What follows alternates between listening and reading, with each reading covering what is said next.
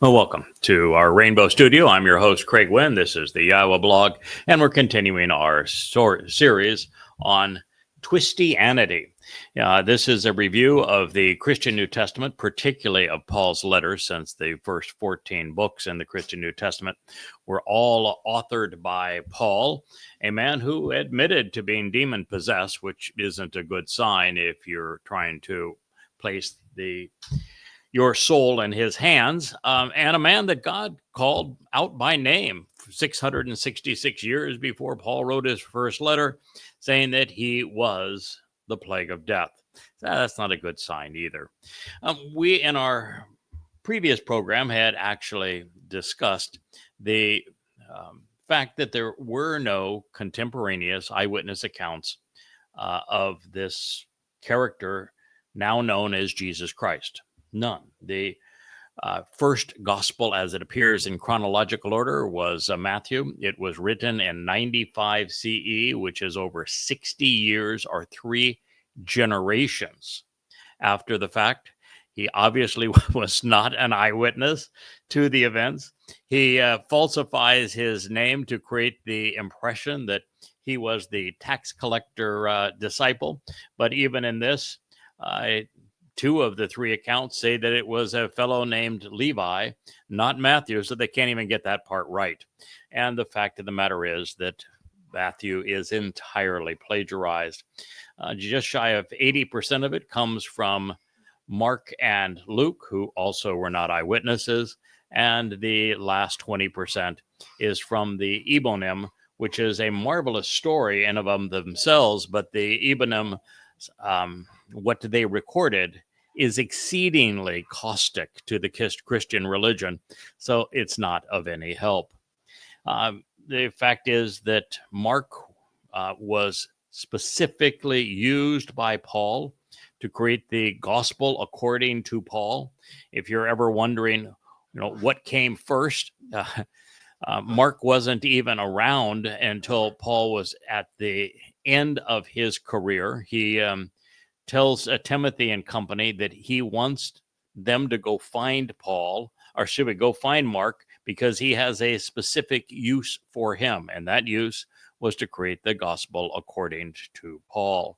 And it's, of course, interesting that there isn't a single citation from Gospel Jesus in any one of Paul's letters. Now, isn't that amazing? This guy, he says, man, I'm here to represent Jesus.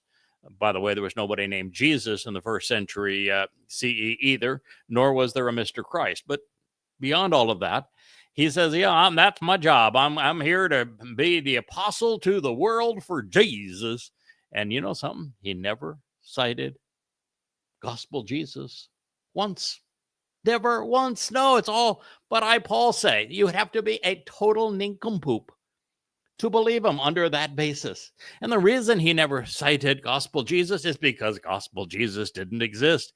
He wouldn't exist until Mark wrote the gospel. And even gospel is Paul's ploy. He's the one who said he had a gospel. Evangelion was the term that Paul used. And he says that his was different than everyone else's. And if anybody else had a different evangelion, including John, that evangelion was false. So that means that according to Paul, who is the basis of the Christian religion, John wrote a false gospel. Oh, no, by the way, you want to turn to Peter. In his first letter, Paul condemned Peter, condemned him, outright used the word condemned him. That doesn't bode very well either, does it? So the reason that Paul never quotes Gospel Jesus is there was no Gospel Jesus, and the first gospel didn't exist until 75 CE, 10 years after Paul's death. And then Luke mostly copied Mark, but what he didn't copy from Mark, he plagiarized from pagan lore. The whole story, for example, of John the Baptist comes from the Sibylline oracles, and there was no baptism or baptizing related to anything in Jewish life. It is literally something that was plucked from Roman lore because, well, he wrote the book and the book of Acts in Rome, and the sibling oracles were a huge part of the religious mythology at the time. So that brings us to John. What about John? Surely John was a disciple. Well, we don't have a clue who wrote the book of John. All we know is that it first appeared in Ephesus somewhere around 95 CE.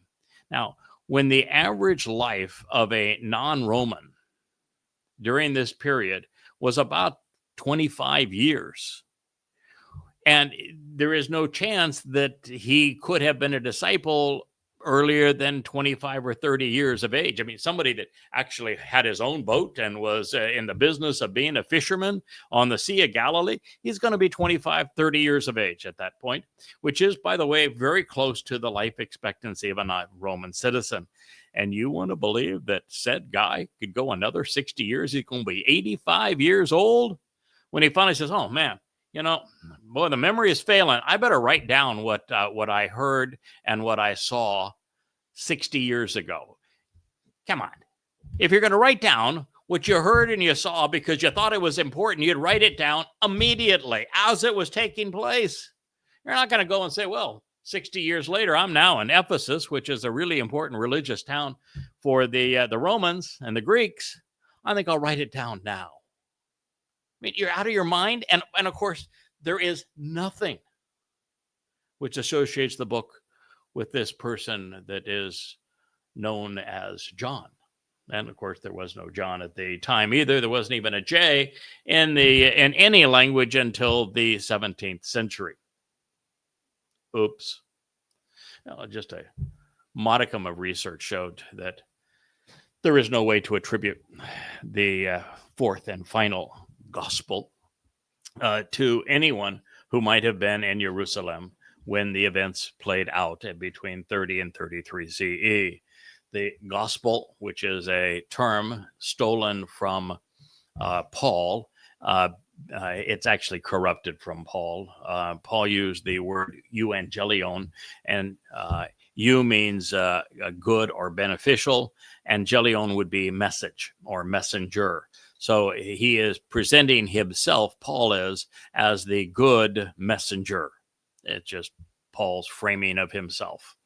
And gospel would be God's spell, as in a curse.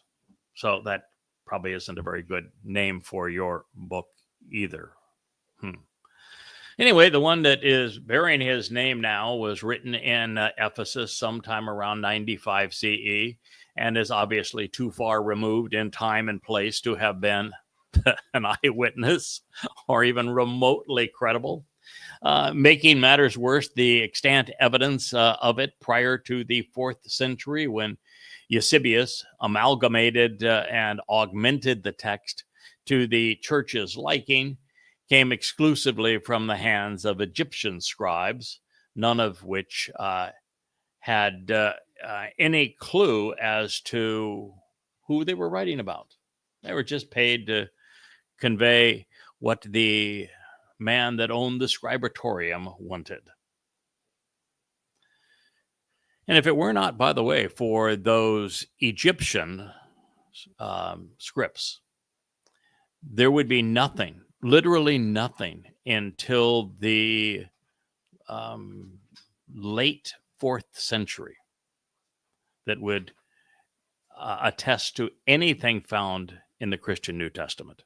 And that would be the writings of one Eusebius, who was authorized by Constantine to create a source of writings that could be used to control the emerging religion. And it was Eusebius who added almost all of the parts that are so debilitating now. For example, that whole bit of you are the Christ, the Son of God. written by Eusebius. Doesn't appear in any text prior to his first two are Vaticanus and Sinaiticus, and they not only are they contradictory, and not only do they take place in front of the cave of Pan, which would be the entrance to hell in that time. The statement is followed by this Jesus character telling the author of that statement, if you want to believe Peter, that, oh, by the way, you're Satan. He immediately labels him Satan. And the follow-up of that statement was that don't tell anybody that I'm the Christ.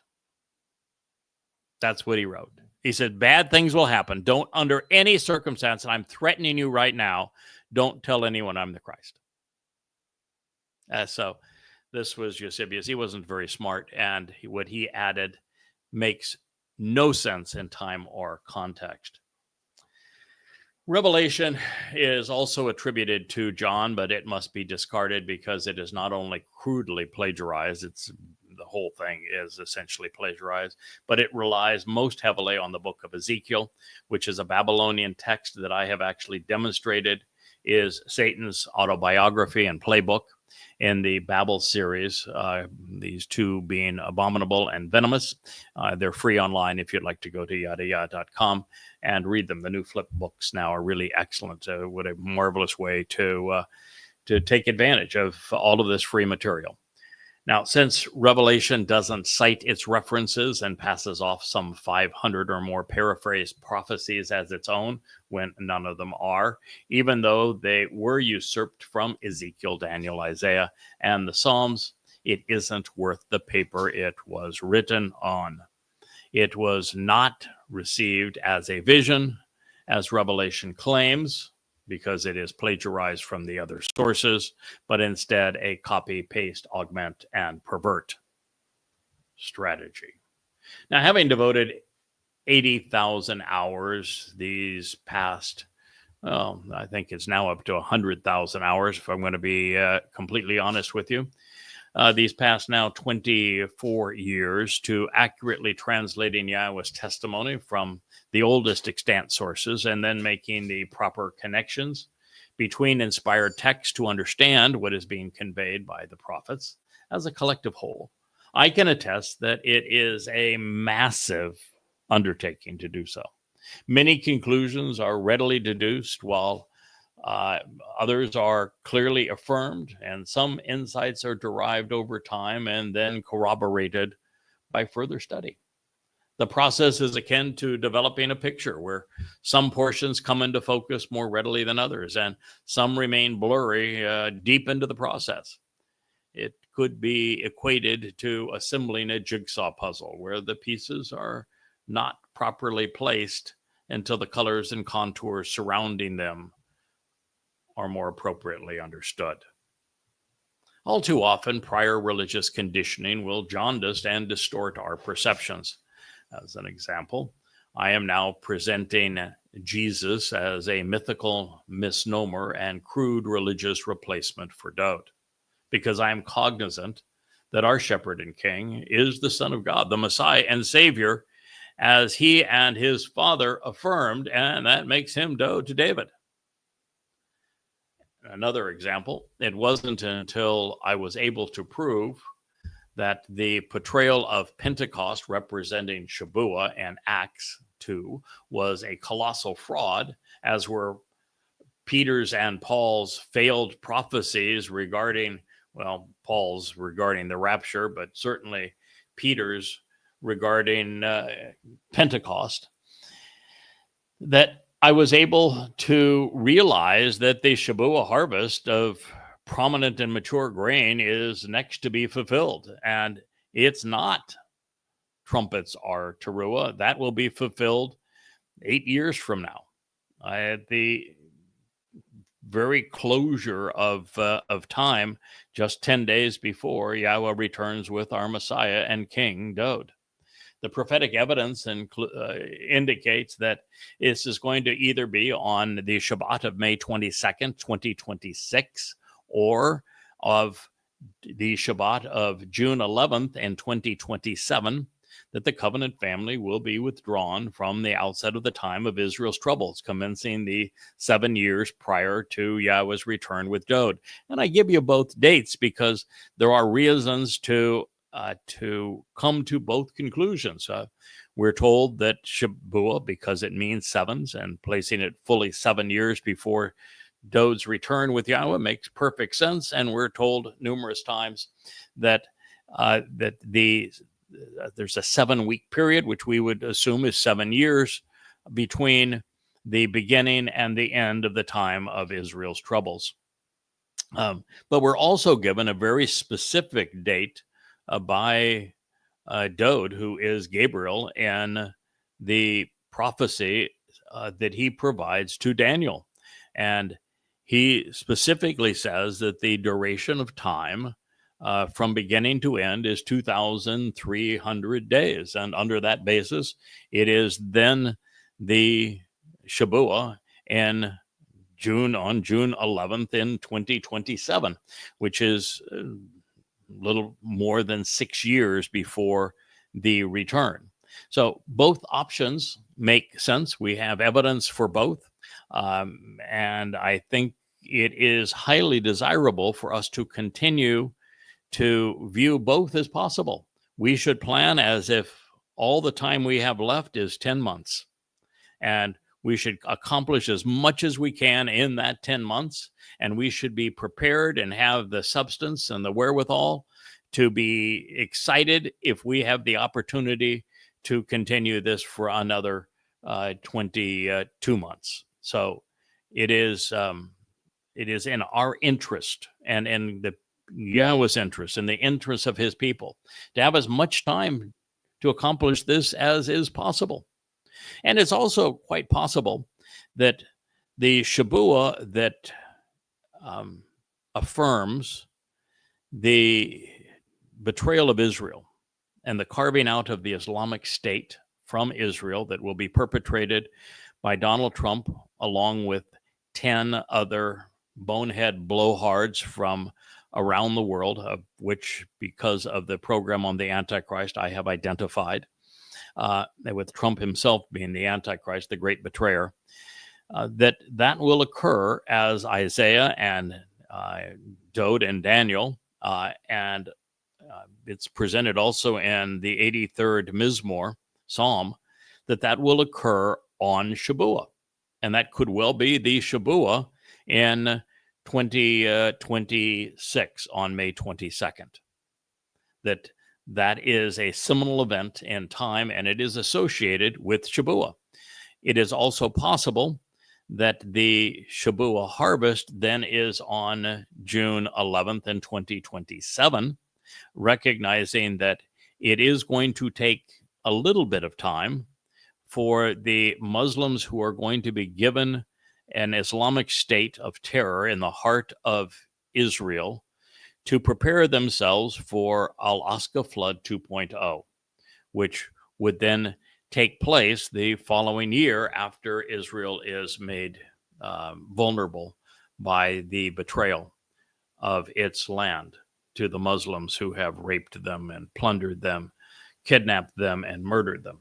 So I think both dates have merit, and we should consider them that way. And I think it's actually a mistake to try to say, well, I think that everything has to be on one date or the other when both dates are in play.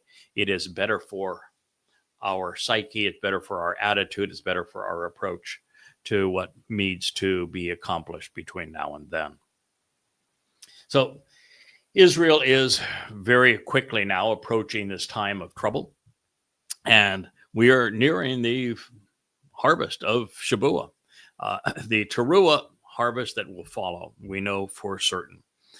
The ingathering occurs on the 23rd of September in 2033, year 6000 Yah, and then the sacrifice of the Adamah Parah occurs the following day, which is still Towrah, the Shabat of September 24th of 2033.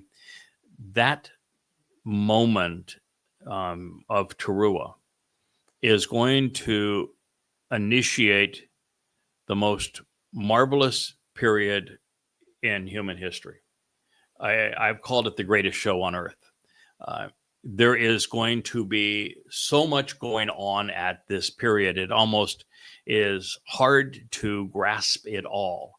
But on the eve of Towrah, we're going to have the final ingathering. It's going to be of olives, and it is going to be 2 or 3 from the uppermost branches representing Yehudim, and 4 or 5 from the branches that were cut away representing Yisrael, and that they're going to be like a stream of light going from the earth to heaven as the final of those who will enter the millennial Shabat as energy-based beings.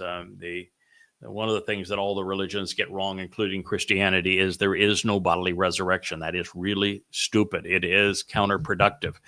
You want to go from being limited in a physical body to being a spiritual being akin to light and having your soul be enveloped in light energy, which gives you the opportunity to be perfected, enlightened, emancipated, liberated to travel in time, giving you the ability to journey throughout the universe. Just every aspect of that transformation is important, and that is what's going to happen to those individuals on the evening of Towrah, which is the day of the herald, recognizing that the following day, as the sun rises on Towrah itself, we're going to have an amazing series of events.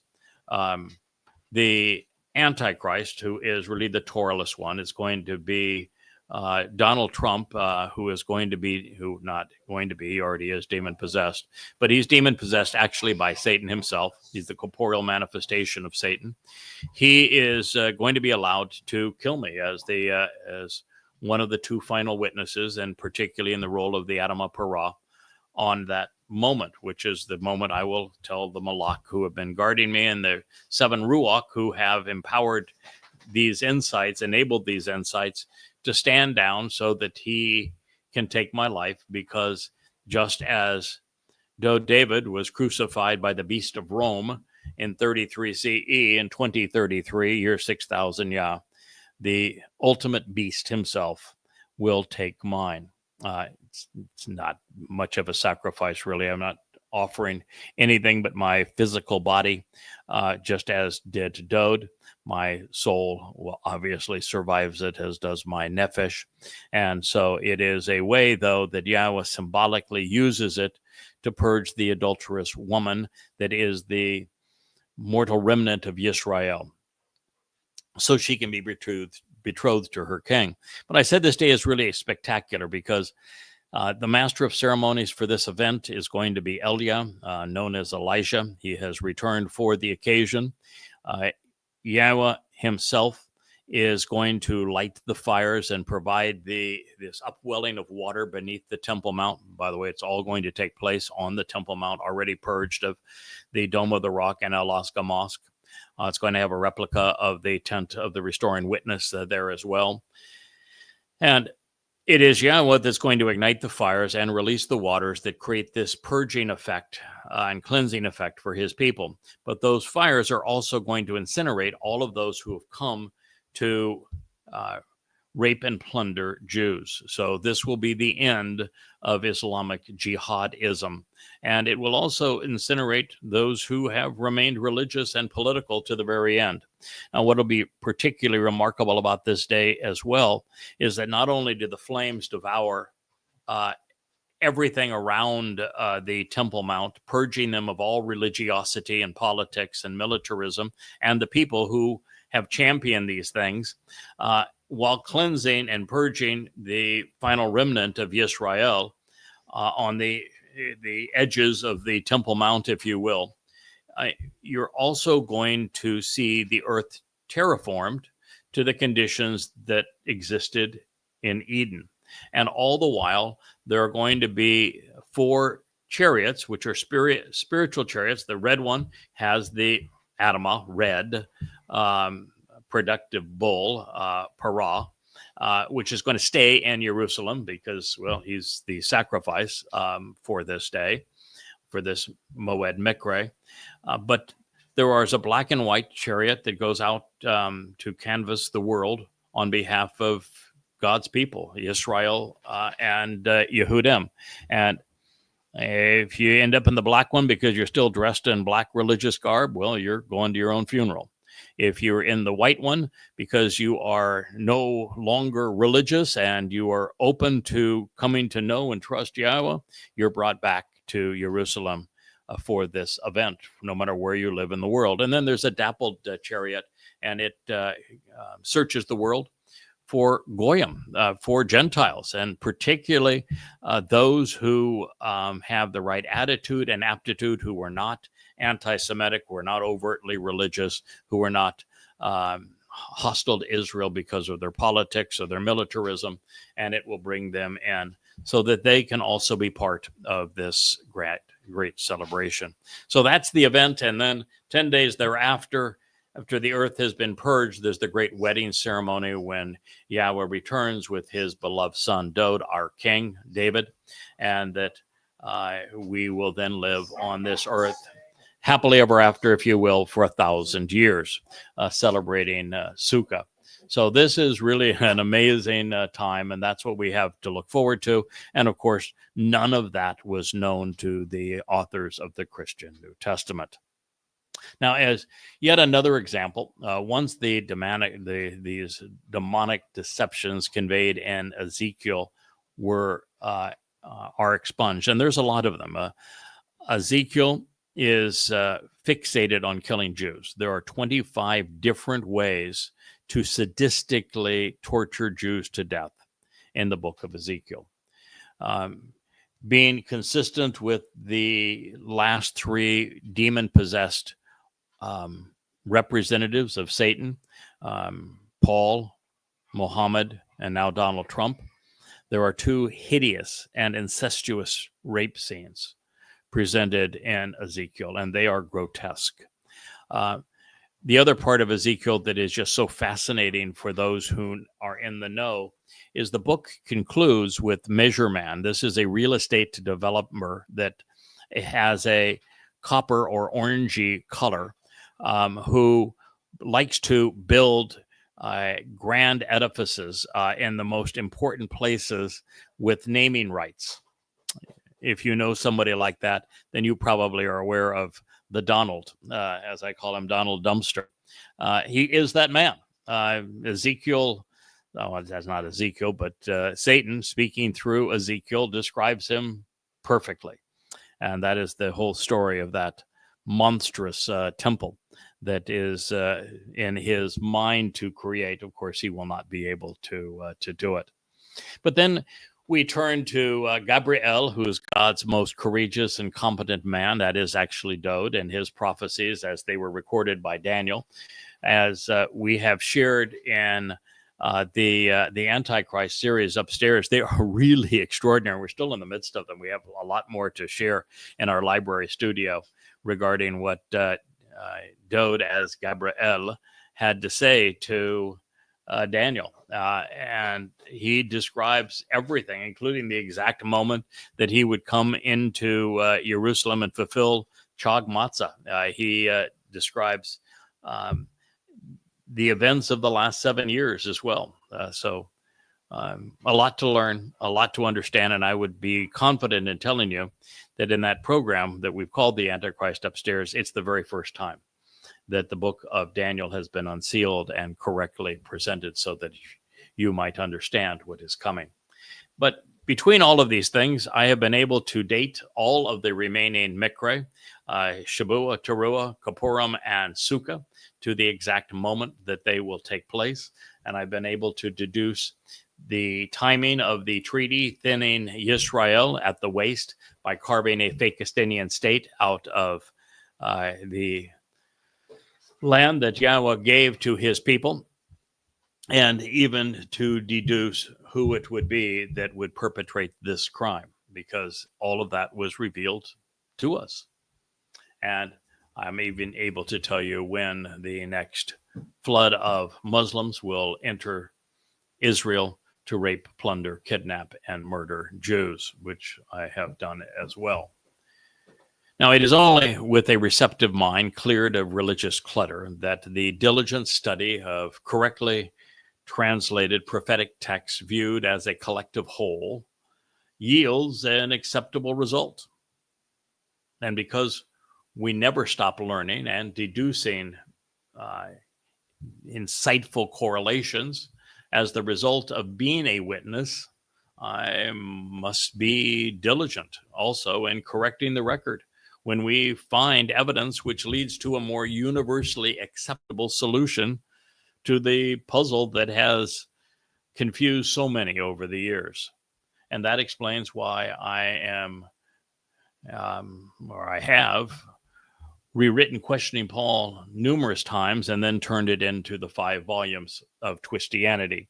And again, the 5 volumes of Twistianity are all free in their entirety for you at YAHOWAH.com.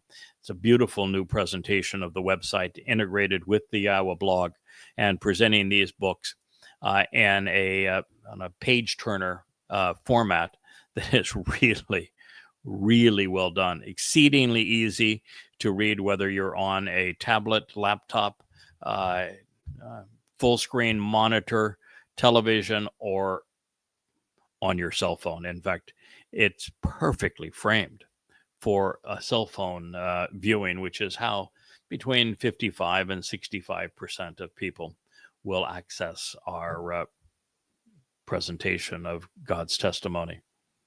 So as I've shared previously, Mark is entirely hearsay because he didn't witness a single event addressed in his book. It not only ends oddly with the disappearance of Iesu or Christu, whichever you want to call him. There was obviously no Jesus back prior to the invention of the J, and the us is a Greek ending so that it has some similarity to Zeus. But Paul admits to having designs on using Mark to his advantage, and as it would transpire, the gospel attributed to Luke, Paul's personal healer and propagandist, was largely based on Mark.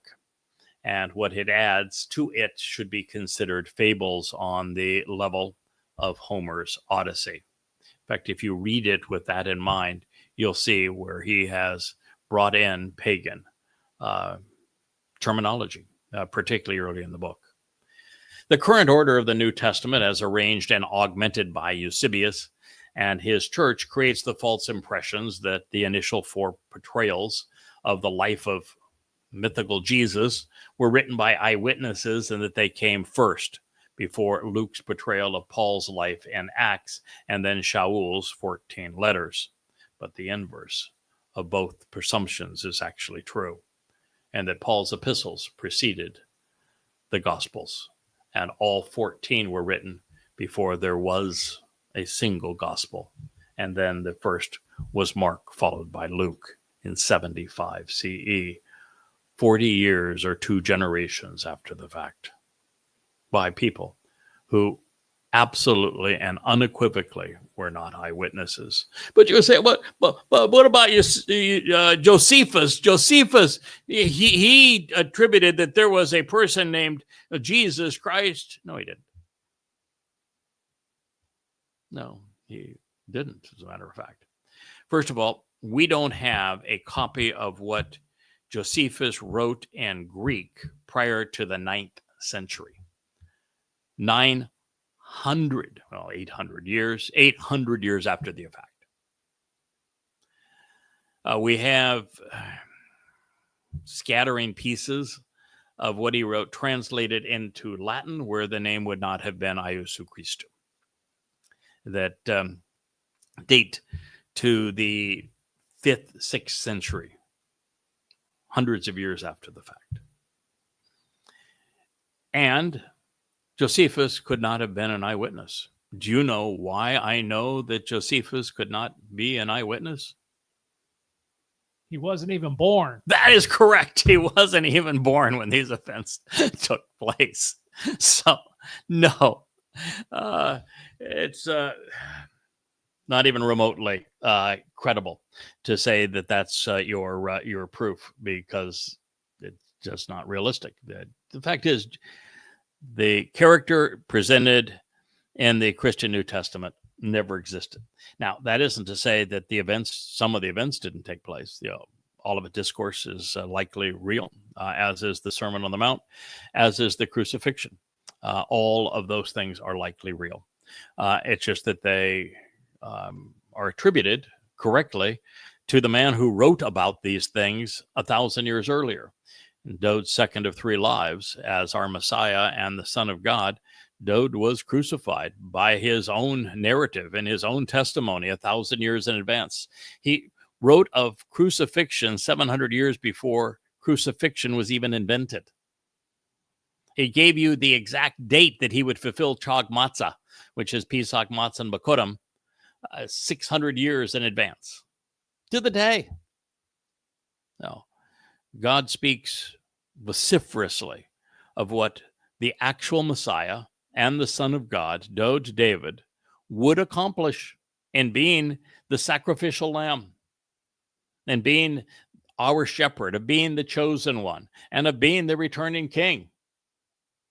And God even goes so far to say that if you make a claim, like the claim of Jesus, that robs his son of his names and credibility and accolades, that you're calling God a liar.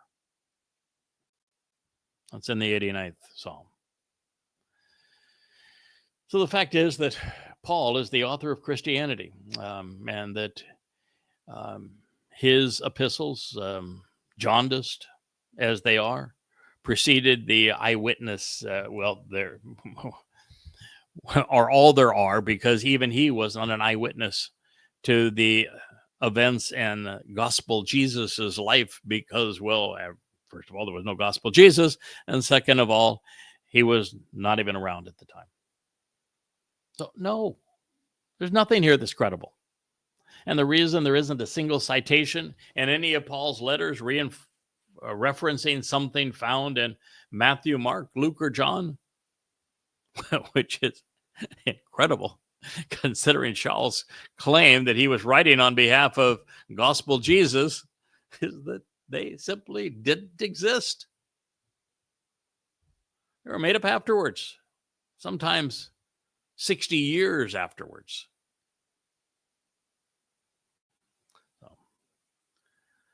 They reflect Paul's anti-Semitic conspiracies and blood libels towards Jews as well. In other words, Paul created the fraud that Matthew, Mark, and Luke sought to affirm.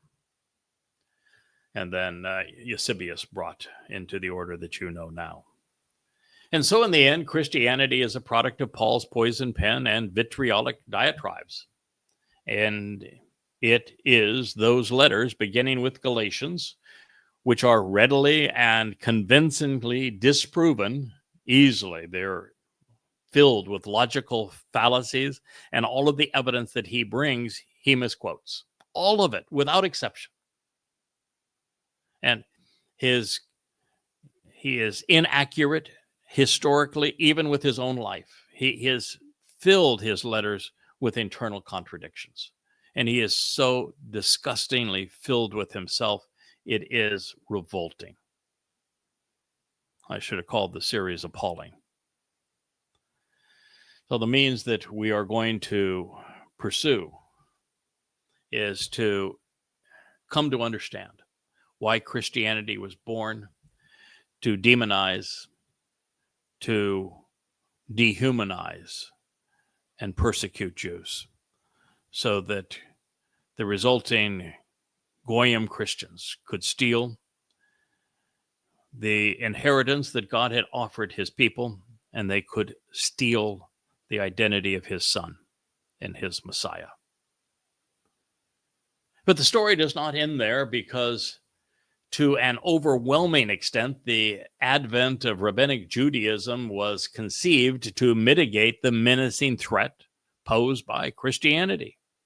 It is the reason that Akiba foisted the ruse of his own false Messiah, Bar Kokhba, in 133 CE, which led to the deaths of millions of Jews and to the diaspora. And it was all because Jewish religious leaders at the time failed to do as I have done, which is to study the Torah, the Nabim, Mizmor, as a collective whole, and correctly deduce the intent of the Bereth covenant and Mikra invitations to meet with God, and then determine who would fulfill them, where, why, how, and when. It's all there. Had they done so, Paul's dubious and duplicitous, ill-contrived, and unsupported myths advanced through replacement foolology would have failed. He would have died a lonely death along with his religion. Paul's epistles, within them, there is only one partial citation from the mythical misnomer known as Jesus Christ today, called Iesu Christou back then. By the way, if you want to believe that Christou is just a representation of Messiah, the title Messiah, then you don't put it at the end of a name. He can't be Mr. Christ, because the title comes before. He would be the Messiah Jesus, and he couldn't even be the Christ Jesus, because titles are always transliterated. You know, if you are the Shah of Iran, which means king, you say Shah, not king. If you're the Pharaoh of Egypt, you say Pharaoh, not king, even though the titles are the same. Osama bin Laden is Osama bin Laden in any language.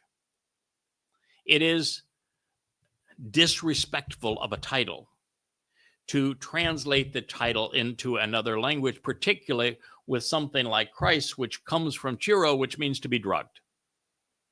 And it could never follow the name. So there could have been no Jesus Christ. There could have been a Messiah, but he couldn't have been a Jesus because there was no J at the time. And the us ending has nothing to do with anything in Hebrew, but makes it closer to the Greek god Zeus. So you got nothing there. Literally nothing. There was no person with a name anywhere close to Jesus in the first century. And there was no Mr. Christ. Couldn't have been. Impossible. Disrespectful of the whole concept of being a descendant of the tribe of Yehudah. And even when you know Yehud, the first thing you know is that it's based on Yahweh's name and Dod's name. Therefore, you can't have a Jesus that replaces Dod. Right? Just the name alone is enough to destroy the entire myth of Christianity. So here we are. The only person, by the way, the only time that there is a prophecy about an arriving Messiah, you know, they talk about messianic prophecies. There's only one. It's given by Dod. When you read Gabriel, read the text and think. Every time that he is mentioned, we are told that he is a man, that he came as a man. He's not a angel, much less a archangel. He's a man.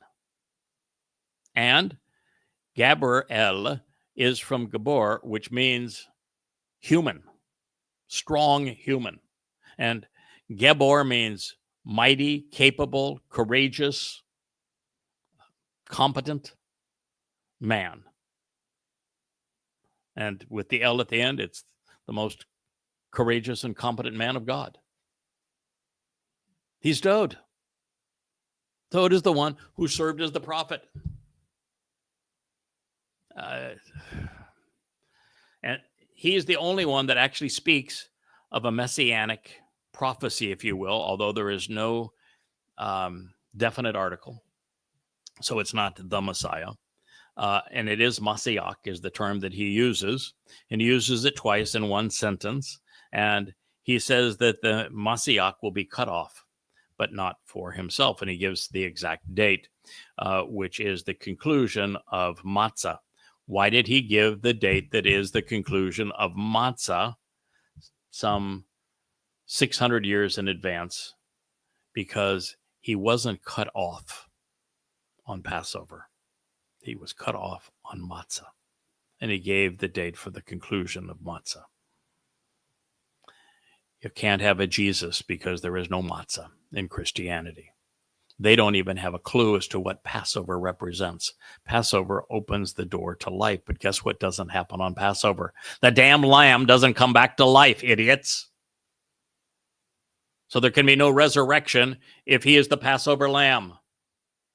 And having eternal life, but not being perfected by God, is an eternity in Sheol. So it's really counterproductive unless you celebrate matzah, which is why Passover is part of matzah. It's not the other way around. And between the rabbis and the Christians, you got no concept what matzah is, which is the time that Dod's soul carried our guilt into Sheol to deposit it there so it would never be seen again. But because there is no matzah in Christianity, and you don't know when he was cut off, that is when he was cut off from the living to go to the place of separation and even cut off from God. You've got no clue what it is. That messianic prophecy can't pertain to your guy. There's just nothing here that gives you anything to go on. You know how many prophecies there are about a Jesus and the Torah prophets and Psalms? Zero. There's not one. Do you know how many there are about a Christ and the Torah prophets and Psalms? Do you know how many are about a virgin birth? Zero. Correct. You know how many there are about a resurrection? Zero. How many are there about a New Testament? Zero. Not a word of this. I mean, you got nothing. I mean, literally nothing.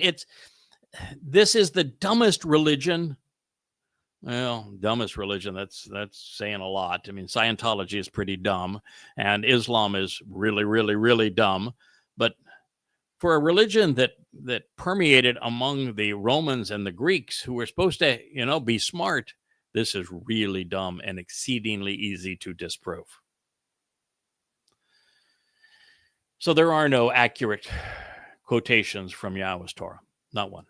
Not a single accurate translation or quotation from the prophets or the Psalms either. Every time that anywhere in the Christian New Testament, but particularly in Paul's letter, that he quote mines, he pulls something out of context, he truncates it, and he misrepresents it such that he claims that it says the opposite of what it actually does in the Hebrew text and in the context of the message. The opposite, 100% of the time.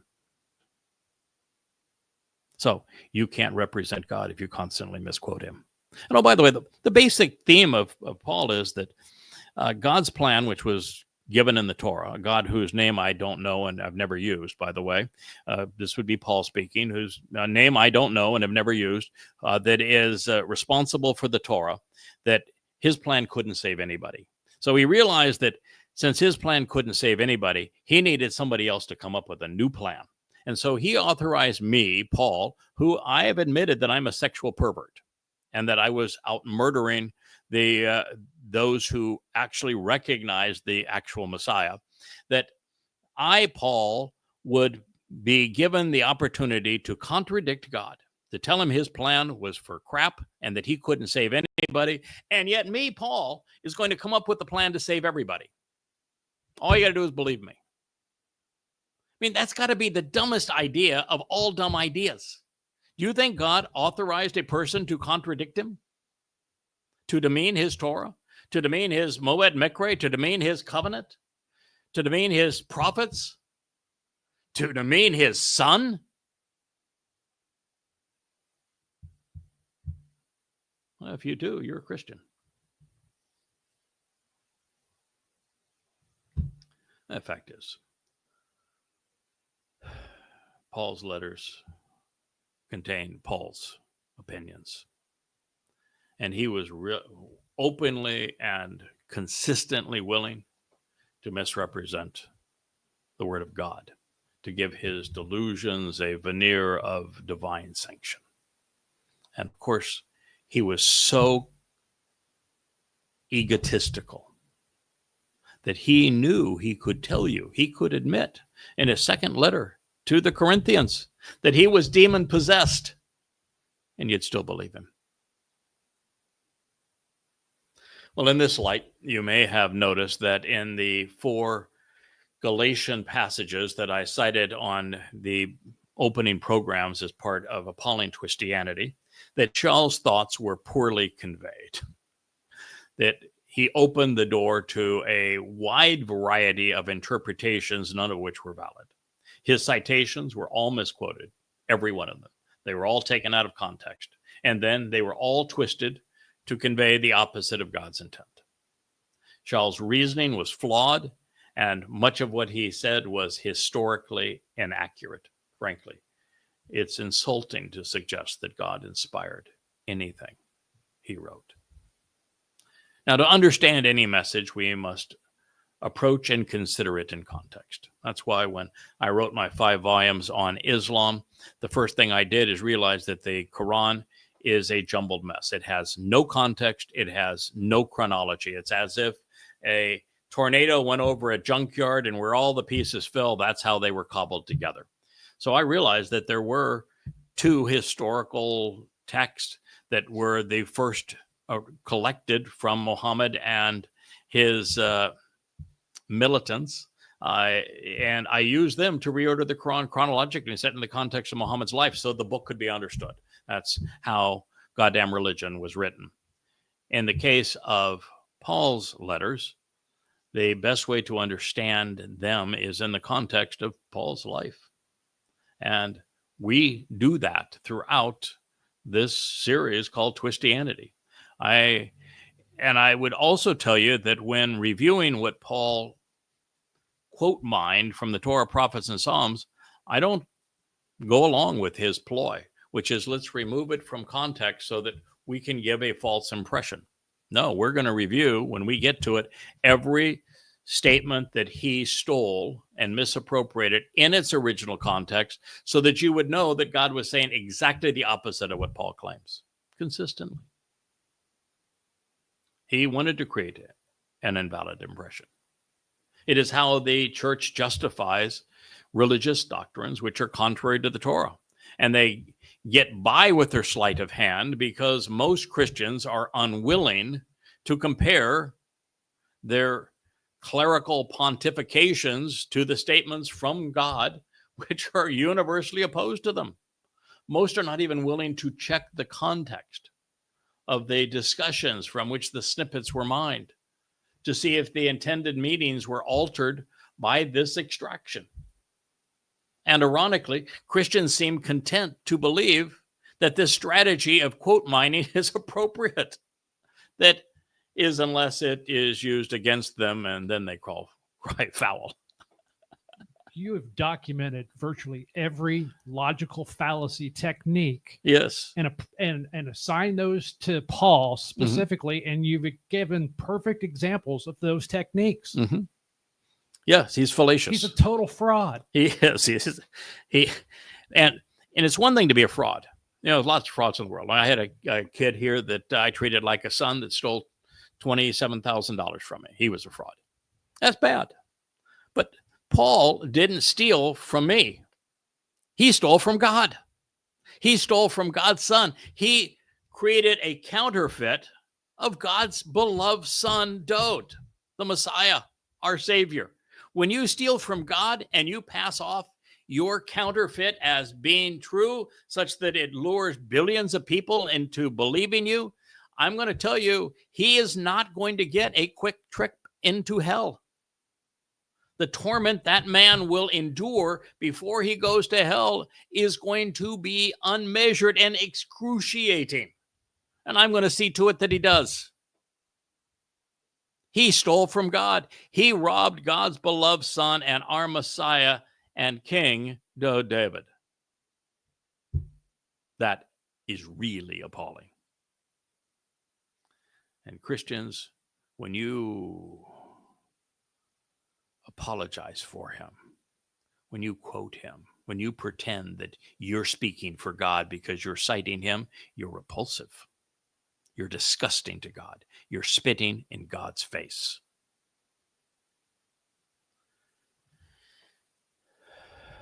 according to Yahowah, there is nothing man can say or do that has the authority to alter or negate, to replace or abolish, even augment any aspect of the Torah, and most especially its provisions regarding his nature and name, of which the Christian New Testament does. You cannot change his relationship with us, his plans, his people, his family, meeting times, or even the reasons behind those meetings. Any proposition to the contrary is contrary to God. Therefore, the Christian myth that grace has replaced the Torah is invalid. Well, not only because grace is the name of the Roman charities, the Greek charities, charis, were the naked goddesses of merriment and frivolity, and the graces simply are the Latin name for them, and so they're just false goddesses. But Torah most certainly has not been replaced by the naked girls. The Torah itself is merciful. Similarly, the Christian belief that they live under a New Testament based upon a new covenant, replacing an obsolete plan and relationship, is a non-starter with Yahowah. And it is torn asunder by his prophets. Like, for example, when God speaks of the reaffirmation of his covenant upon his return, he is writing a copy of his Torah inside of his people.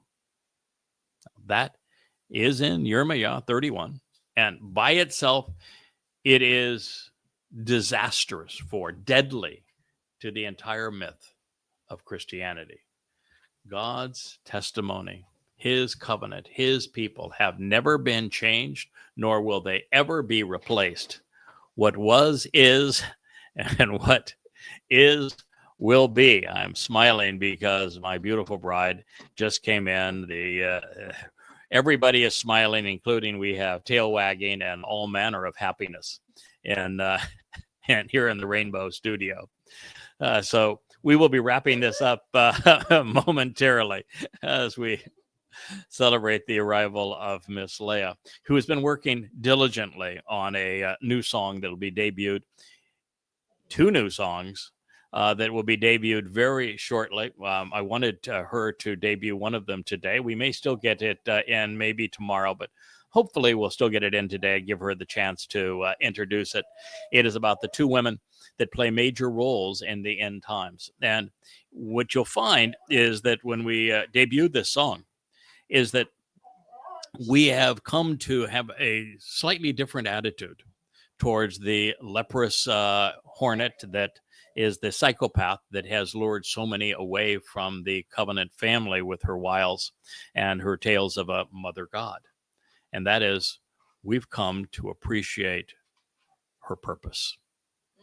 And that is to make certain that we don't have to spend our eternity with those who were so easily fooled. Because eternity is a long time, and we don't want to spend it with idiots. So I think Babel might be a sapiosexual. Yeah, so this is the reality of it, is that religions like Christianity, Islam, Judaism, Marxism, conspiracy, and yes, even the revolting mother goddess cult, they all serve a purpose, because what they do is they preclude those who would make eternity miserable by their attitudes. They're disgusting, their attitudes. I mean, really revolting. By their disgusting attitudes, their evil, maniacal motivations, and their just lack of reason and understanding, lack of morality and decorum. It precludes them from being part of heaven and forevermore. So it'll make it so much more enjoyable for the rest of us. So they serve a purpose. So let's go just a bit more into the text of this, and then we will pause and we'll take a break and do another program later today from the library studio. So one of the many reasons that Christians are confused regarding the relationship between the Torah and its Bereth covenant. And Torah, by the way, means teaching and guidance in Hebrew, and that is clear. It does not mean law. And any time that you refer to the Torah as law, it says that you are an ignoramus. Yes, I want to make that very clear. Anyone who refers to the Torah as Mosaic law or just law is an absolute ignoramus. Yahweh is quite clear. He defines his terms. Torah is based upon the verb yara, and yara means source from which teaching, guidance, instruction, and direction flow. It does not mean law. And there is, by the way, no Hebrew word for obey. When you see obey in a religious publication of your Bible, which, by the way, is a very pagan term. It's based upon Babel, which means to confound and confuse by intermixing truth and lies. It is actually the Hebrew word shema, and shema means to listen, not to obey. God doesn't have a Hebrew word for obey. Anyway, this notion that was the result of Paul's letters, it was his proposition that there were two covenants, with a new one established as a result of his letters. And of course, he actually says that the old one was with Hagar and therefore enslaved, when Yahweh said exactly the opposite. He sent Hagar off to Neverland in the desert and said, man, you're out of here, and so is your son. Go away. You're not part of the covenant. So Paul lied on this and everything else. This polarization was based upon an outright fraud, with Paul's claiming that the Torah's covenant was something which was of the flesh and enslaved, where his covenant was new and sparkly and based on faith. You know what God has to say about faith? Nothing. He doesn't want you to believe him. He has no interest whatsoever in anyone believing him. You can either take the time to know him or go away. When you know, there is no reason to believe. When you don't know, you have to believe. Pretty much that simple. Anyway, Galatians 4:21 through 25, which we'll get to in considerable detail, is the place where I don't care who you are. If you've got 1 ounce of integrity that's part of your nature, and you listen to what Paul had to say about the Torah's covenant, you're going to puke, and you will not be a Christian again. There is no way that a rational person can hear what Paul wrote about the covenant as it's presented in the Torah, and then as he represents it in Galatians in the 4th chapter, 21 through 25, and remain a Christian. Cannot be done. So while we have only at this point in Appalling Twistianity reviewed 4 of the many contrarian positions that are presented in Galatians, it would be reasonable to conclude that he intended to commence a debate between observing the Torah and placing one's faith in him. Even from the most favorable vantage point, the best that could be said of Paul is that his words imply that believing him rather than knowledge or actions lead to a favorable outcome with his God. But if that is what he wanted to convey, there would have been no reason to misappropriate and misstate the Torah or to demean it. We will pick up here in our next series on Appalling Twistianity. We have fur faces that are out of control with the arrival of my bride, who they dearly love, and with the keeper of the cables, who they want to sit in his lap as well and be co-director.